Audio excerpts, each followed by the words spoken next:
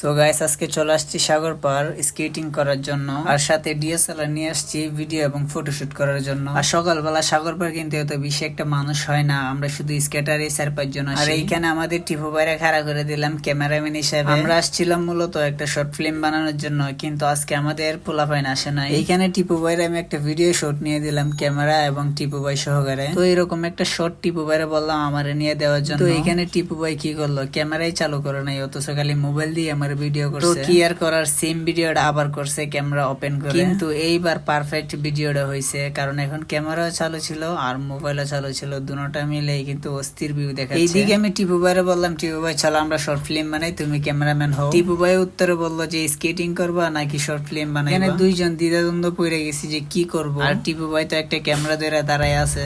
Guys, camera নিয়ে চিন্তা করতেছি যে কি শর্ট ফিল্ম বানানো যায়, কিন্তু মাথা কিছু কাজ করে না। গাইস, ক্যামেরা একটা নিয়ে বসে আছি, কিছু করতে পারতেছি না। পুরো হয় না, আসে না আজকে সাগর পার।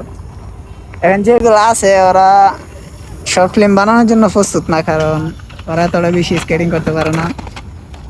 আর এখানে আমি আছি, আমি তো প্রফেশনাল, কিন্তু আমার একলা দাঁড়াতে সম্ভব না এগুলা, ঠিক আছে?